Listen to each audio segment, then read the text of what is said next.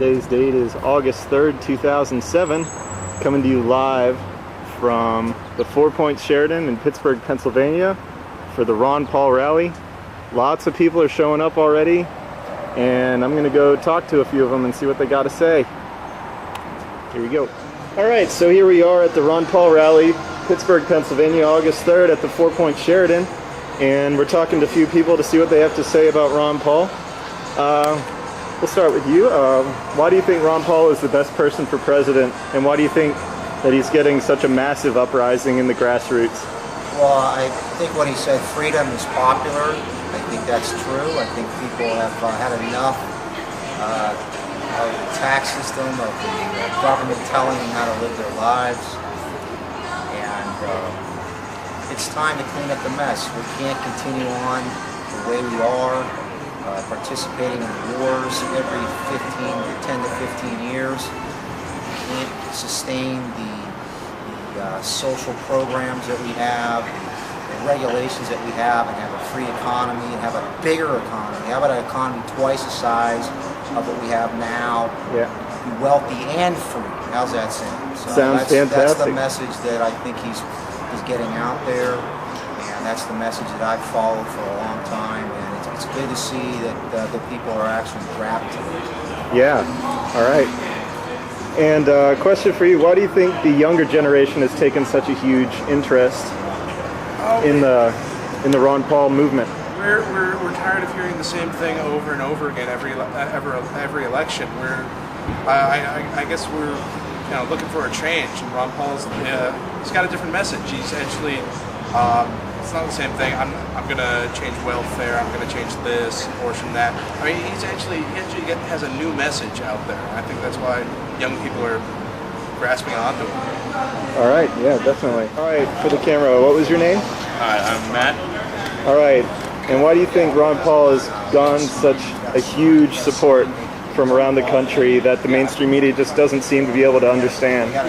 Well, I think that he's right when he says that freedom is popular.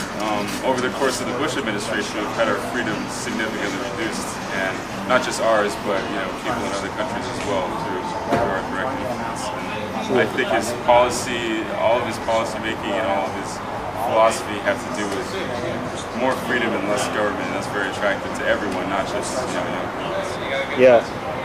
How do you feel about the fact that Ron Paul has raised more money from grassroots than John McCain has with all of his support from lobbyists? Well, I think that it's something that people feel very strongly about. It's hard to become very passionate about someone like John McCain or Giuliani. It's like, personally, I have decals on my car, Ron Paul. I make signs and contribute and spend my time coming here, obviously, to hear him speak.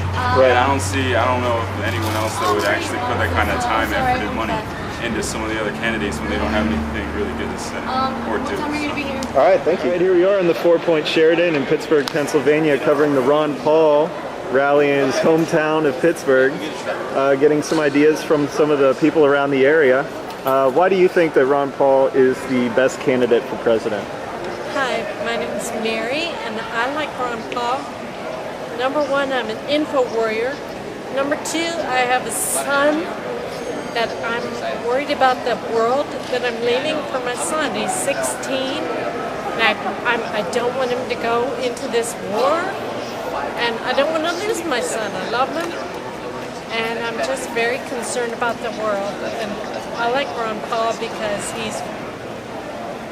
I believe he's the only one that is not going to support this war. I just sent my son to I don't want to draft either.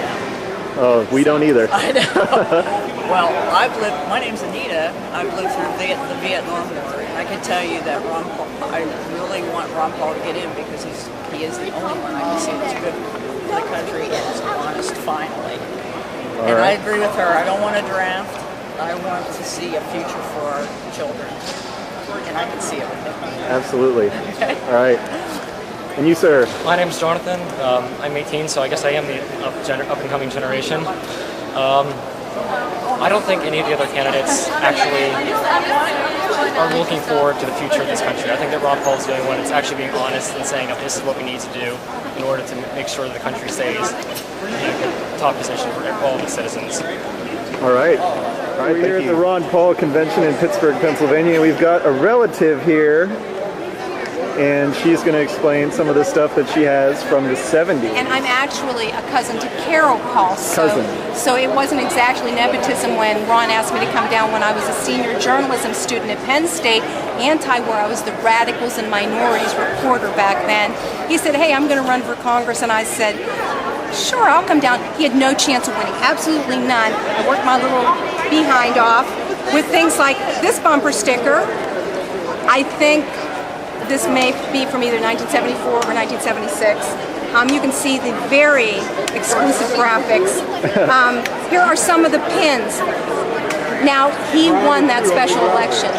I was about ready to turn 22 years old. I went to Washington with him. It was so exciting. And these are some of the groups that I met that first day when he was sworn in. And we can take a look here. Here was his button. He had a huge bunch of supporters from the campaign that was called Ban the B-1 Bomber. It was a huge, just multi-gazillion-dollar effort. There were so many people who had been opposed to the Vietnam War, which had just sort of ended, and were saying, let's not put so much money into that. Boycott the IRS. Okay, well, whatever. Be careful. Here's another pin, and you can just sort of zoom in and see something about, it says stop 1984, if you all remember from your literature classes. George Orwell. Stop 1984 in 1976, and the little vegetation there in the middle, I think my friends at Normal were the ones that liked that. Anything else you want to see? I've got... oh, sure, whatever you got. The campaign slogan was, zoom in here, put big government on a diet. Put big government on a diet. And I'm telling you, there were a lot of crazy people involved, people from a wide variety of political parties. The Libertarian Party was just getting started, but we pressed a record, and I have a copy of the jacket. This was 45 RPM vinyl.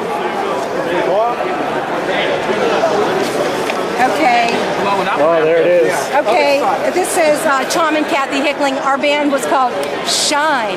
Does that sound like Let the Sun Shine? Yeah. So this has the first ballad of Ron Paul.